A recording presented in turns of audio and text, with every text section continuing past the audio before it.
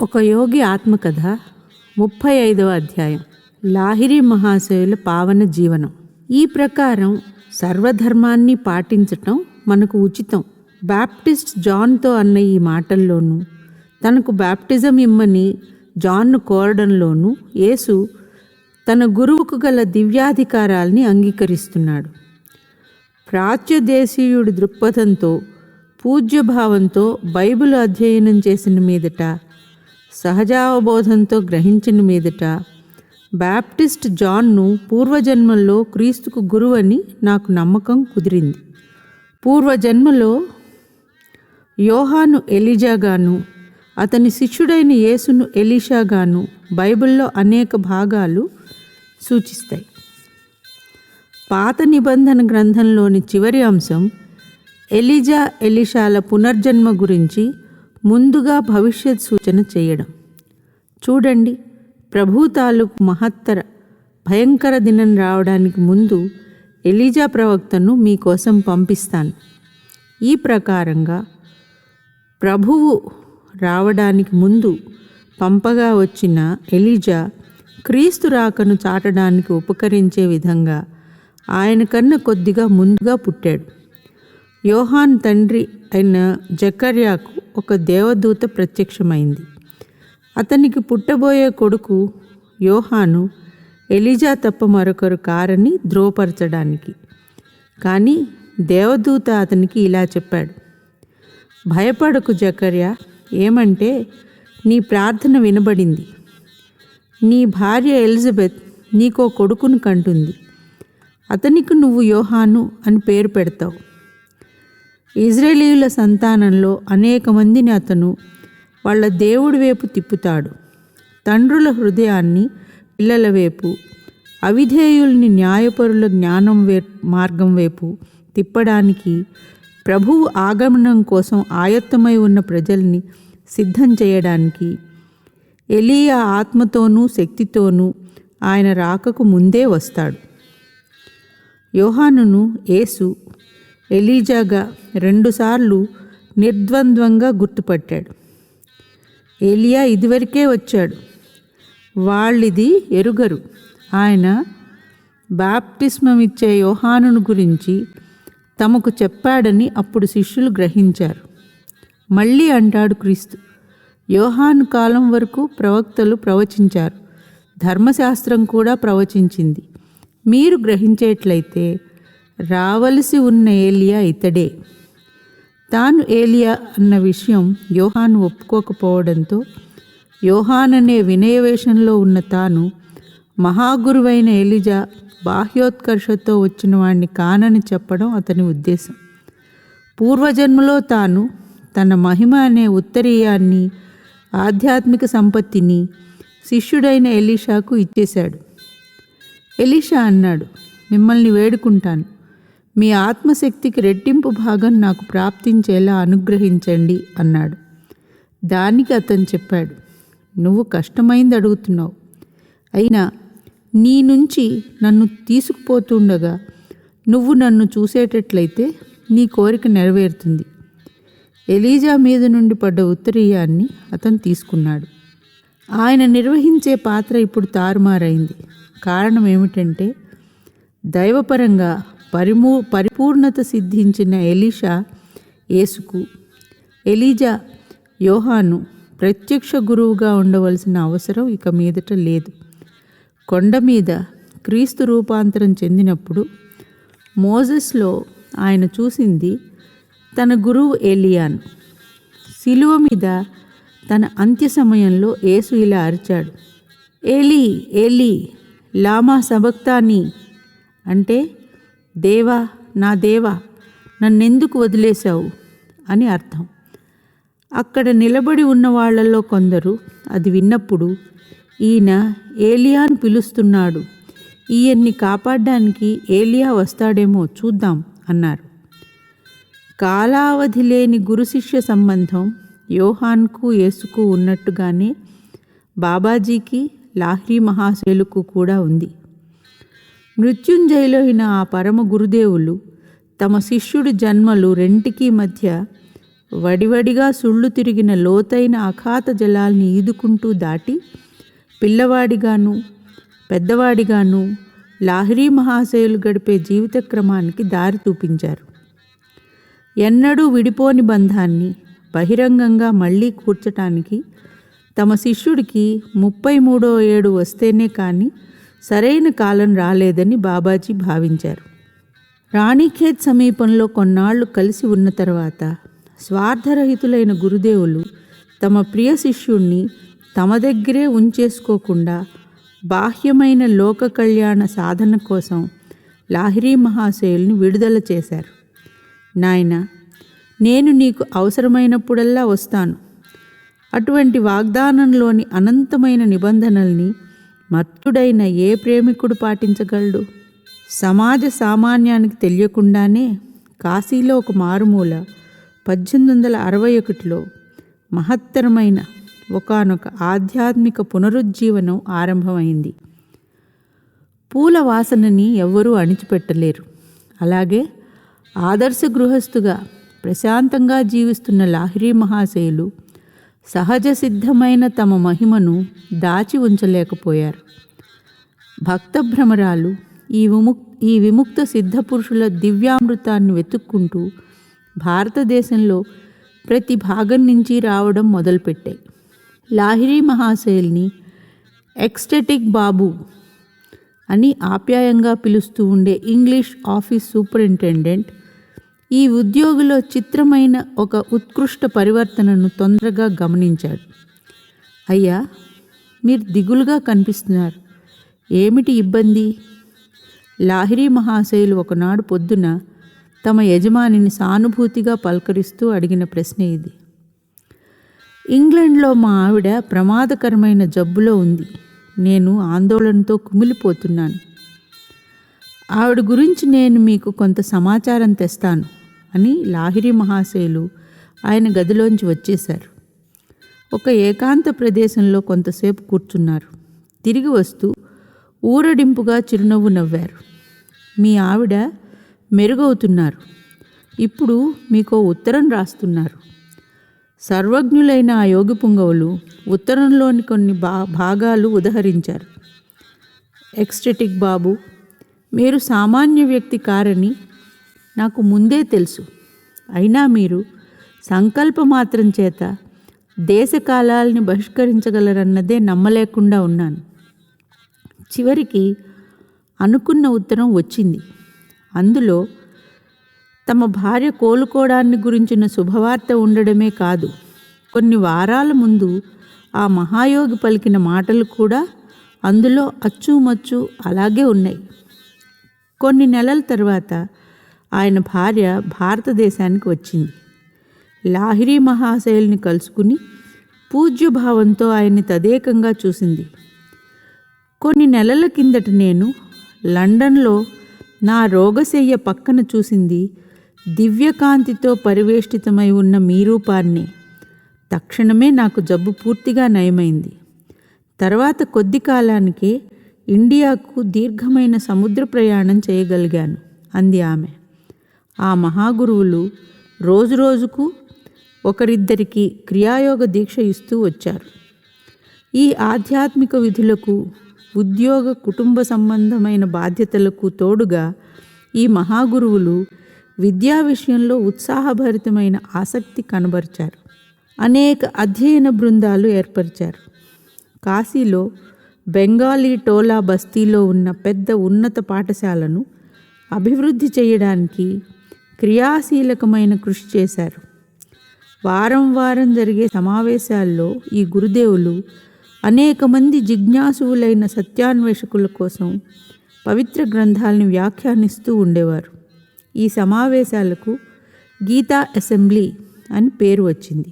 బహుముఖమైన ఈ కార్యకలాపాల ద్వారా లాహిరీ మహాశయులు వృత్తి, ఉద్యోగ, సామాజిక విధులు నిర్వర్తించిన తర్వాత భక్తియుక్తమైన ధ్యానానికి టైం ఎక్కడ ఉంటుంది అన్న సామాన్యమైన సవాలుకు సమాధానమివ్వడానికి ప్రయత్నించారు. మహనీయులైన ఈ గృహస్థ గురువుల సామరస్య సంతులిత జీవనం వేల కొద్దీ స్త్రీ పురుషులకు ఉత్ప్రేరణ అయింది. స్వల్పమైన జీతం ఆర్జిస్తూ, మితవ్యయం చేస్తూ, నిరాడంబరంగా సర్వజన సులభులైన ఈ గురువులు క్రమశిక్షణ గల ప్రాపంచిక జీవన మార్గంలో సహజంగా సుఖంగా సాగారు. పరమాత్ముడి స్థానంలో పదిలంగా కుదురుకుని ఉన్నప్పటికీ లాహిరి మహాశయులు మనుషుల యోగ్యతల్లో తరతమాలతో నిమిత్తం లేకుండా అందరి పట్ల పూజ్యభావం ప్రదర్శించేవారు. తమ భక్తులు ఎప్పుడు ప్రణామం చేసినా ఆయన వాళ్లకు ప్రతి నమస్కారం చేస్తూ వంగేవారు. పిల్లవాడికుండేటంత వినయంతో ఆయన తరచుగా ఇతరుల పాదాలు తాకుతూ ఉండేవారు.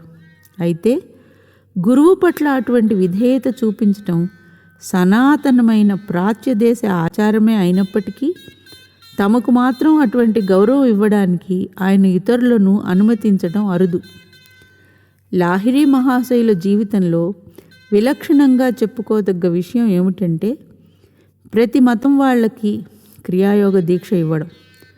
హిందువులు ఒక్కరే కాదు, ముస్లిములు, క్రైస్తవులు కూడా ఆయన ప్రముఖ శిష్యుల్లో ఉన్నారు.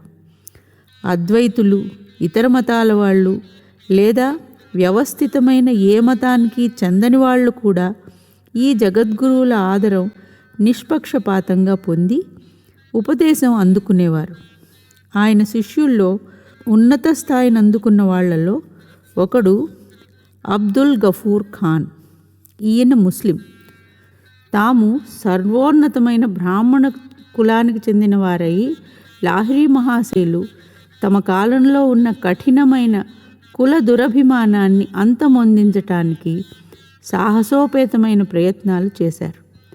అన్ని జీవిత మార్గాల వాళ్ళు సర్వవ్యాపకమైన గురుదేవుల రెక్కల నీడన ఆశ్రయం పొందేవారు. దైవ ప్రేరితులైన ప్రవక్తలందరి మాదిరిగానే లాహిరి మహాశయులు సమాజం నుంచి వెలి అయిన వాళ్ళకి, దళిత జాతుల వాళ్ళకి ఒక కొత్త ఆశ కలిగించారు. నువ్వెవరి వాడివి కావని, ఎవ్వరూ నీవారు కారని గుర్తుంచుకో. ఎప్పుడో ఒకనాడు నువ్వు హఠాత్తుగా ఈ ప్రపంచంలో ప్రతీదీ వదిలేసిపోవలసి ఉంటుందని తలుచుకో. కాబట్టి దేవుడితో ఇప్పుడే పరిచయం చేసుకో అని చెబుతుండేవారు మహాగురువులు తమ శిష్యులకు. ప్రతిరోజు దైవానుభూతి అనే గాలిగుమ్మటంలో ఎగురుతూ రాబోయే మృత్యువనే సూక్ష్మయాత్రకు తయారవు. మాయ వల్ల నిన్ను నువ్వు మాంసాస్తుల కట్టగా చూసుకుంటున్నావు. నిజానికది కష్టాల కాపురం చేసే గూడు మాత్రమే. ఎడతెరిపి లేకుండా ధ్యానం చెయ్యి.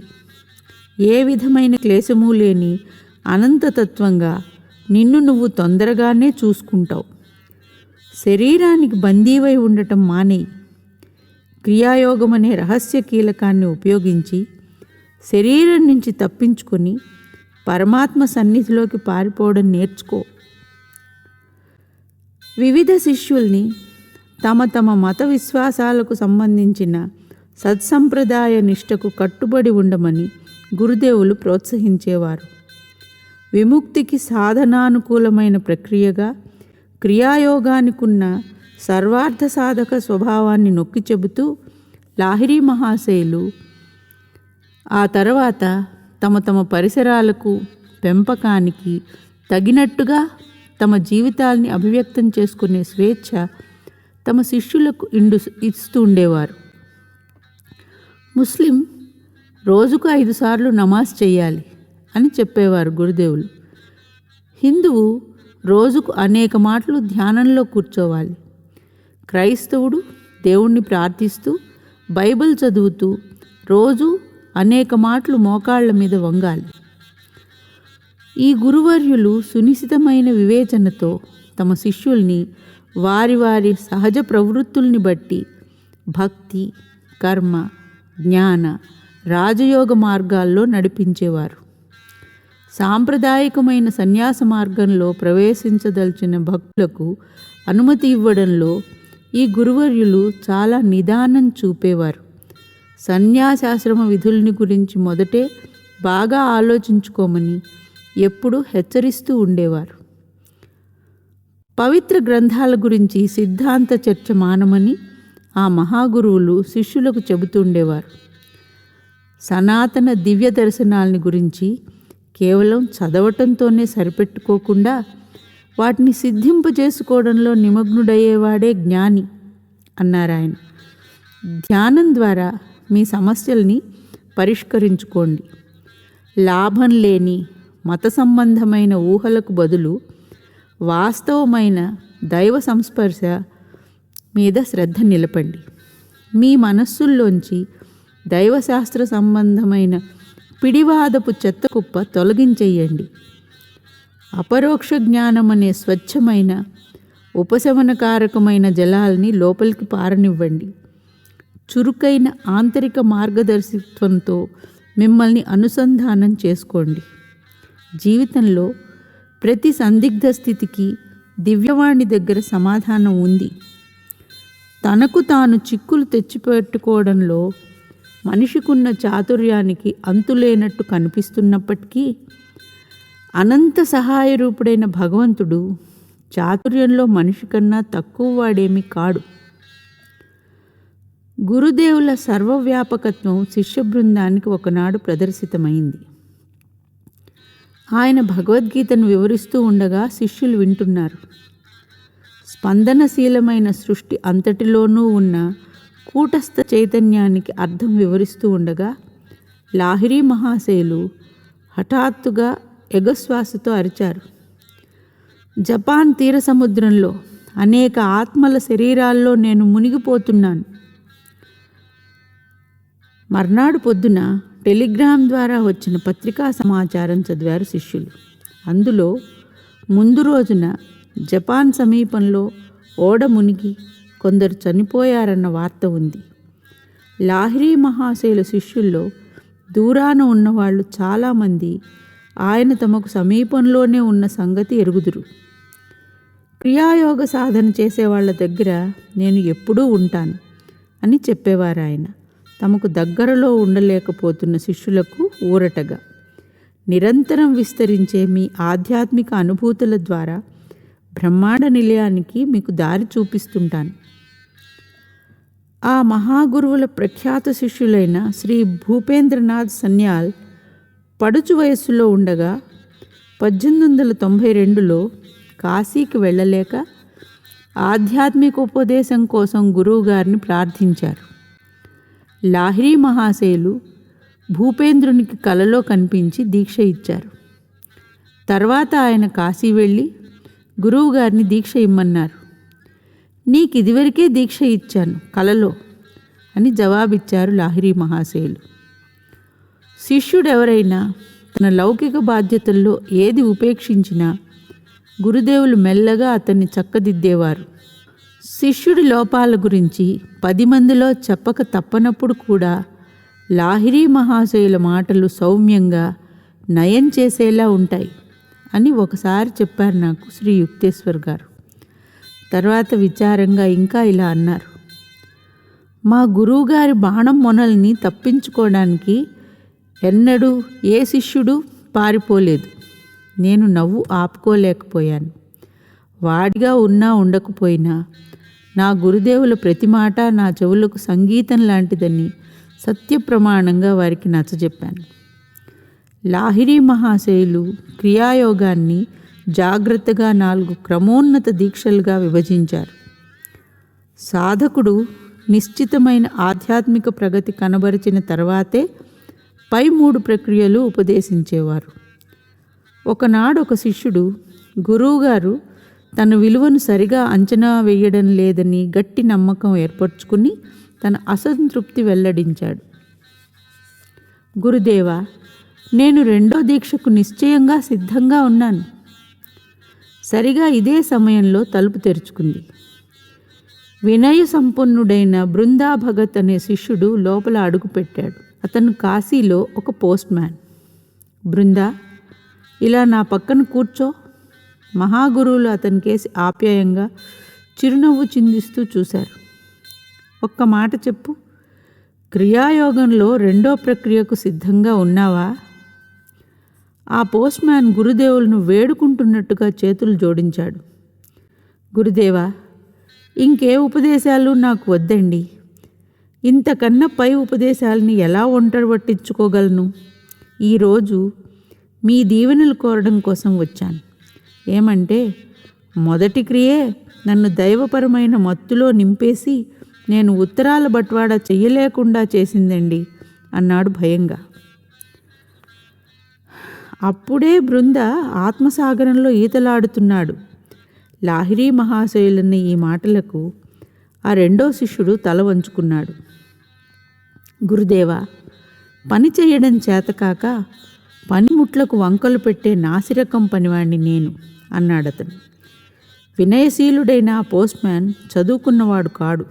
కానీ తర్వాత అతను క్రియాయోగం ద్వారా తన అంతర్దృష్టిని ఎంతవరకు అభివృద్ధి చేసుకున్నాడంటే, ధర్మశాస్త్ర విషయాలకు సంబంధించిన సమస్యలకు అతను చేసే వ్యాఖ్యానం కోసం అప్పుడప్పుడు పండితులు కూడా వస్తూ ఉండేవారు. పాపము పాండిత్యము రెండూ ఎరగని బృందా భగత్ పండిత లోకంలో ప్రసిద్ధి పొందాడు. లాహిరీ మహాశయులకు కాశీలో ఉన్న శిష్యులే కాకుండా భారతదేశంలో దూర ప్రాంతాల నుంచి కూడా వందల కొద్దీ శిష్యులు ఆయన దగ్గరికి వస్తూ ఉండేవారు. తమ కుమారులిద్దరి అత్తవారిళ్లకు వచ్చిన సందర్భాల్లో ఆయన చాలా మాటలు బెంగాల్ వచ్చారు. ఆ విధంగా ఆయన ఉనికి వల్ల బెంగాల్ చిన్న చిన్న క్రియాయోగి బృందాల తేనెపట్టు అయింది. ముఖ్యంగా కృష్ణనగర్, విష్ణుపూర్ జిల్లాల్లో అనేక మంది నిరాడంబర శిష్యులు ఈనాటికి ఆత్మధ్యానపరమైన అదృశ్యవాహిని ప్రవహిస్తూ ఉండేటట్టు చేస్తున్నారు. లాహిరీ మహాశయుల దగ్గర క్రియాయోగ దీక్ష పొందిన అనేక మంది మహాపురుషుల్లో చెప్పుకోదగ్గవారు కాశీలో ఉండే ప్రఖ్యాతులు స్వామి భాస్కరానంద సరస్వతి, ఉన్నత మూర్తిమత్వం గల దేవఘర్ తపస్వి బాలానంద బ్రహ్మచారి. లాహిరీ మహాశయులు కొంతకాలం పాటు కాశీలోని మహారాజా ఈశ్వరీనారాయణ్ సింగ్ బహాదూర్ వారి కుమారుడికి ప్రైవేట్ ట్యూటర్గా పనిచేశారు. గురువుగారి ఆధ్యాత్మిక సిద్ధిని గుర్తించి ఆ మహారాజు, ఆయన కుమారుడు కూడా వారి దగ్గర క్రియాయోగ దీక్ష తీసుకున్నారు. అలాగే మహారాజా యతీంద్రమోహన్ ఠాకూర్ గారు కూడా దీక్ష తీసుకున్నారు. లాహిరీ మహాశయుల శిష్యుల్లో పలుకుబడి గల లౌకిక పదవుల్లో ఉన్న కొందరికి ప్రచారం ద్వారా క్రియాయోగి మండలిని విస్తృతం చేయాలన్న కోరిక ఉంటుండేది. గురువుగారు దానికి అనుమతి ఇవ్వలేదు. కాశీరాజుకు వైద్యుడుగా ఉన్న ఒక శిష్యుడు గురువుగారి పేరును కాశీబాబాగా వ్యాప్తి చేయడానికి వ్యవస్థాపరమైన కృషి ఒకటి ప్రారంభించాడు. గురువుగారు దాన్ని కూడా నిషేధించారు. క్రియాకుసుమ గంధాన్ని సహజ రీతిలోనే వ్యాపించనివ్వండి అన్నారాయన. క్రియాబీజాలు ఆధ్యాత్మికంగా సారవంతమైన హృదయక్షేత్రాల్లో తప్పకుండా మొలకెత్తుతాయి. వ్యవస్థాపరమైన ఆధునిక మార్గం ద్వారా కానీ, అచ్చు యంత్రం ద్వారా కానీ ప్రచారం చేసే పద్ధతిని మహాగురువులు అవలంబించినప్పటికీ తమ సందేశ శక్తి అడ్డు ఆపు లేని వరద వెల్లువలా పెళ్ళుబుకి తన ధాటితో మానవ మనస్సుల తీరాలను ముంచేస్తుందని ఆయనకు తెలుసు. పరివర్తన చెంది పరిశుద్ధి నందిన భక్తుల జీవితాలే క్రియాయోగం అమర జీవశక్తికి ప్రత్యక్ష నిదర్శనాలు. 1886లో అంటే రాణీఖేత్లో దీక్ష తీసుకున్న 25 ఏళ్ల తర్వాత లాహిరీ మహాశయులు పెన్షన్ మీద పదవీ విరమణ చేశారు. పగటిపూట కూడా ఆయన దొరకటంతో శిష్యులు ఇతోధిక సంఖ్యలో రావడం ప్రారంభమైంది. మహాగురువులు ఇప్పుడు రోజు మొత్తంలో చాలాసేపు ప్రశాంతంగా పద్మాసనబద్ధులై మౌనంగానే కూర్చుంటూ వచ్చారు. కొద్దిసేపు షికారుకు వెళ్ళడానికి కానీ, ఇంట్లోనే ఇతర చోట్లకు వెళ్ళడానికి కానీ ఆయన తమ గది విడిచి వెళ్ళింది చాలా అరుదు. గురుదేవుల దర్శనం కోసం దాదాపు ఎడతెరిపి లేకుండా శిష్యులు ప్రశాంత ప్రవాహంలా వచ్చేవారు. చూసేవాళ్ళకి సంభ్రమాశ్చర్యాలు కలిగేటట్టుగా లాహిరీ మహాశయులకు అలవాటైన శారీరక స్థితి, ఊపిరి లేకపోవటం, నిద్ర లేకపోవటం, నాడీ గుండె కొట్టుకోవటం మానేయడం, గంటల తెరబడి రెప్పపాటు లేకుండా ఉండే ప్రశాంతమైన నేత్రాలు, ప్రగాఢమైన ప్రశాంతి పరివేశం వంటి మానవాతీత లక్షణాలని ప్రదర్శించేది. ఆత్మోద్ధరణానుభూతి పొందకుండా అక్కడి నుంచి వెళ్ళిన వాళ్ళు ఎవ్వరూ లేరు. దైవ సాక్షాత్కారం పొందిన ఒక సత్పురుషుని మౌన ఆశీర్వాదం పొందామని వాళ్ళందరికీ తెలుసు. పంచానన్ భట్టాచార్య అనే శిష్యుడు కలకత్తాలో ఆర్య మిషన్ ఇన్స్టిట్యూషన్ అనే పేరుతో ఒక యోగ కేంద్రం స్థాపించడానికి గురువుగారు ఇప్పుడు అనుమతించారు. ఈ కేంద్రం యోగ సంబంధమైన ఔషధులు పంచిపెడుతూ ఉండేది. భగవద్గీత చౌక ధరకు అమ్మడానికి అనువుగా బెంగాలీలో మొట్టమొదట ప్రచురణ చేసింది ఈ కేంద్రమే. హిందీలోనూ బెంగాలీలోనూ ప్రచురించిన ఆర్య మిషన్ గీత ప్రతులు వేలాది ఇళ్లలోకి ప్రవేశం పొందాయి.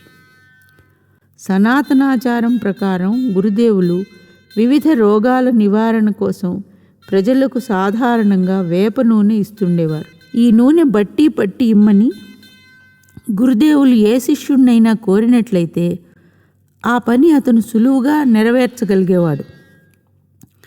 అదే మరొకరెవరైనా ప్రయత్నిస్తే చిత్రమైన ఇబ్బందులు ఎదురయ్యేవి. అవసరమైన ప్రక్రియల్లో నూనె బట్టి పట్టడం ఆయన తర్వాత చూస్తే ఆ ద్రవం దాదాపు అంతా ఆవిరైపోయి ఉండేది. గురుదేవుల ఆశీస్సు కూడా దీనికి ఆవశ్యకమైన ఒక దినుసని దీనివల్ల స్పష్టమవుతోంది. లాహిరి మహాశయుల చేతిరాత, ఆయన సంతకం బెంగాలీ లిపిలో ఇక్కడ ఉదహరించబడింది. పై పంక్తులు ఒక శిష్యుడికి రాసిన. చాలామంది మహాప్రవక్తలలాగే లాహిరి మహాశయులు కూడా తమకు తాముగా పుస్తకాలేమీ రాయలేదు, కానీ పవిత్ర గ్రంథాలను తమ వ్యాఖ్యానాలతో వివిధ శిష్యులకు బోధించారు. మహాగురువుల మనుమలైన కీర్తిశేషులు ఆనంద్ మోహన్ లాహిరి ఇలా రాశారు: భగవద్గీతలోనూ మహాభారత ఇతిహాసంలో ఇతర భాగాల్లోనూ వ్యాసఘట్టాలు ఉంటుంటాయి. అంటే ఇవి చిక్కుముడులు. ఈ వ్యాసఘట్టాల్ని ప్రశ్నించకుండా వదిలేస్తే ఇట్టే అపార్థం చేసుకోవడానికి వీలైన చిత్రమైన పురాణ కథలు తప్ప మరేమీ కనిపించవు. ఈ వ్యాసఘట్టాలని వివరించకుండా వదిలేస్తే వేల కొద్దీ సంవత్సరాల ప్రయోగ అన్వేషణ అనంతరం మానవాతీతమైన ఓర్పుతో ప్రాచ్యఖండం పరిరక్షిస్తూ వచ్చిన ఒకానొక శాస్త్రం మనకు దక్కకుండా నశించినట్టే లెక్క. పవిత్ర గ్రంథాల్లో శబ్ద చిత్ర కల్పనాత్మకమైన చిక్కుల్లో తెలివిగా కనుమరుగు చేసి ఉంచిన మతశాస్త్రాన్ని రూపకాది అలంకారాల ఆవరణ నుంచి తప్పించి లాహిరి మహాశయులు వెలుగులోకి తెచ్చారు. వేదమంత్రాలు పూర్తిగా వైజ్ఞానిక ప్రాముఖ్యమున్నవన్న సంగతి ఈ మహాగురువులు నిరూపించిన మీదట ఇప్పుడవి అర్థం కాని మాటల గారడి అనిపించటం మానేశాయి. విషయవాంఛల ఉద్ధత ప్రాబల్యం ముందు మనిషి మామూలుగా నిస్సహాయుడై ఉంటాడని మనకి తెలుసు. కానీ మనిషిలో క్రియాయోగం ద్వారా అధికతర శాశ్వతానంద చైతన్యం ఉదయించినప్పుడు ఈ విషయవాంఛల్ని అది శక్తిహీనం చేస్తుంది. వాటికి తాను లోలుడయ్యే ఉద్దేశం మనిషిలో కనిపించదు. ఇక్కడ ఈ నివృత్తి అంటే అధమ విషయవాంఛల తృణీకారం మరో ప్రవృత్తికి అంటే పరమానందానుభూతి ప్రాప్తికి సమకాలంలో జరుగుతుంది. అటువంటి మార్గం ఒకటి లేనట్లయితే కేవలం నివృత్తి బోధకమైన నీతి సూత్రాలు మనకు నిరుపయోగమవుతాయి. దృశ్యమాన విషయాలన్నిటి వెనుక ఉండేది అనంతం. అది మహాశక్తి సాగరం. ప్రపంచ కార్యకలాపాల మీద ఉన్న ఆసక్తి మనలో ఆధ్యాత్మిక జిజ్ఞాసాపరమైన జ్ఞానాన్ని చంపేస్తుంది. ప్రకృతి శక్తుల్ని ఉపయోగించుకోవటం ఎలాగో ఆధునిక విజ్ఞాన శాస్త్రం మనకి చెబుతుంది కనుక నామరూపాలన్నిటి వెనుక ఉన్న మహతీ ప్రాణశక్తిని అవగాహన చేసుకోవడంలో విఫలమవుతాం. ప్రకృతితో మనకున్న అతి పరిచయం వల్ల దాని పరమరహస్యాల గురించి అవజ్ఞ ఏర్పడుతోంది. దాంతో మనకున్న సంబంధం ప్రయోజనాపేక్షక వ్యవహారపరమైనది. ఒక రకంగా చెప్పాలంటే దాంతో మనకున్న సంబంధం ప్రయోజనాపేక్షక వ్యవహారపరమైనది. ఒక రకంగా చెప్పాలంటే అది మన ప్రయోజనాలకు ఉపకరించేటట్టుగా దాని చేత నిర్బంధంగా పనిచేయించుకోవడానికి మార్గాలు కనిపెట్టడానికి మనం దాన్ని వేధిస్తూ ఉంటాం. మనం దాన్ని సొంతానికి వాడుకుంటాం. అయినా దాని మూలం మనకి తెలియకుండానే ఉండిపోతోంది. విజ్ఞాన శాస్త్రంలో ప్రకృతితో మనకున్న సంబంధం పొగరుబోతు యజమానికి అతని నౌకరుకు ఉండే సంబంధం లాంటిది. లేదా తాత్విక దృష్టితో చెప్పేటట్లయితే ప్రకృతి న్యాయస్థానంలో సాక్షి బోన్లో ఉన్న బందీ లాంటిది. దాన్ని మనం అడ్డు పరీక్ష చేస్తాం, సవాలు చేస్తాం. మరుగుపడి ఉన్న దాని విలువల్ని తూచలేని మానవుల తక్కెళ్లలో దాని సాక్ష్యాన్ని సూక్ష్మాంశాలతో సహా తూస్తాం. అలా కాకుండా ఆత్మకు అంతకన్నా పై శక్తితో సంపర్కం ఏర్పడి ఉంటే ప్రకృతి ఎటువంటి బాధ కాని మానవ సంకల్పం కానీ లేకుండా దానంతటా అది తల వంచుతుంది. ప్రకృతి మీద అప్రయత్నకమైన ఈ అధికారాన్ని అవగాహన చేసుకొని భౌతికవాది అలౌకిక ఘటనాత్మకం అని అంటాడు. లాహిరి మహాశయుల జీవితం నెలకొల్పిన ఆదర్శం యోగం ఒకానొక మర్మ విద్య అన్న తప్పుడు అభిప్రాయాన్ని మార్చేసింది. భౌతిక శాస్త్రం యథార్థతా లక్షణం ఉన్నదే అయినా ప్రతి మనిషి ప్రకృతితో తనకున్న సరైన సంబంధాన్ని అర్థం చేసుకోవడానికి, ప్రకృతి శక్తులన్నిటి పట్ల ఆధ్యాత్మిక పూజ్యతా భావానుభూతి పొందడానికి ఒక దారి కనుక్కుంటాడు. ఆ ప్రకృతి శక్తులు మార్మికమైనవైనా దైనందిన సంఘటనలైనా సరే. ఒక 1000 ఏళ్ల కిందట మార్మిక విషయాలుగా అనిపించినవి ఈనాడు అలా అనిపించటం లేదని, ఈనాడు మార్మిక విషయాలు అనిపిస్తున్నవి మరో 100 ఏళ్లకు శాస్త్ర నియమబద్ధాలుగా మనకు అవగాహన కావచ్చునని మనం గుర్తుంచుకోవాలి. క్రియాయోగ శాస్త్ర నియమం శాశ్వతమైనది. అది గణిత శాస్త్రంలా సత్యమైనది.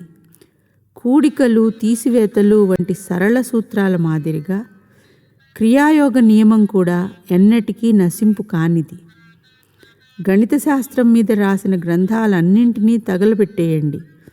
తర్కబుద్ధి గల వాళ్ళు అటువంటి సత్యాల్ని ఎప్పుడూ తిరిగి కనుక్కుంటూనే ఉంటారు. యోగం మీదున్న పుస్తకాలన్నింటినీ నాశనం చేయండి. దాని మూల సూత్రాలన్నీ నిర్మల భక్తి, తదనుసారంగా నిర్మల జ్ఞానము గల యోగి అవతరించినప్పుడల్లా మళ్ళీ వెల్లడి అవుతూనే ఉంటాయి.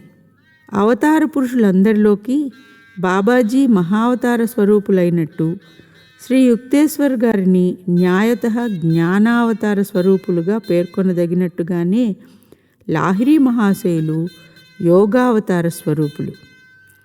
గుణాత్మక, పరిమాణాత్మక ప్రమాణాలు రెండిటి దృష్ట్యా లాహిరి మహాశయులు సమాజం ఆధ్యాత్మిక స్థాయిని సమున్నతం చేశారు. తమ సన్నిహిత శిష్యుల్ని క్రీస్తు మాదిరి ఉన్నత మూర్తిమత్వానికి పెంచటానికి వారికున్న శక్తిని బట్టి జనబాహుళ్యంలో సత్యాన్ని విస్తృతంగా వ్యాప్తి చేయడాన్ని బట్టి లాహిరి మహాశయులు మానవజాతి రక్షకుల కోవలోకి వస్తారు.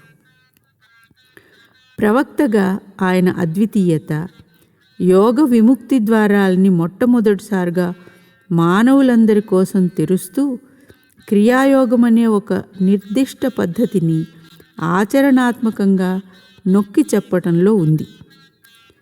ఆయన జీవితంలో గోచరించిన అలౌకిక ఘటనల సంగతి అలా ఉంచి, నిజంగా ఆ యోగావతారులు యోగ విద్యలోని పూర్వపు జటిలతల్ని తగ్గించి సాధారణ బుద్ధికి అవగాహన అయ్యేటట్టుగా ఫలవంతమైన సరళత్వాన్ని సాధించటం అద్భుతాలన్నింటికీ పరాకాష్ట.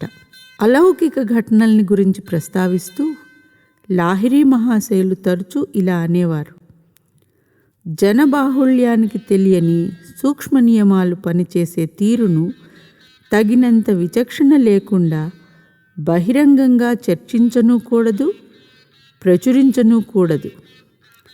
ఈ పుస్తకంలో నేనెక్కడైనా ఆయన హెచ్చరికగా చెప్పిన మాటల్ని ఉల్లంఘించినట్టు కనిపించినట్టయితే ఆయన నాకు ఆంతరికమైన హామీ ఇవ్వడమే కారణమని గ్రహించాలి.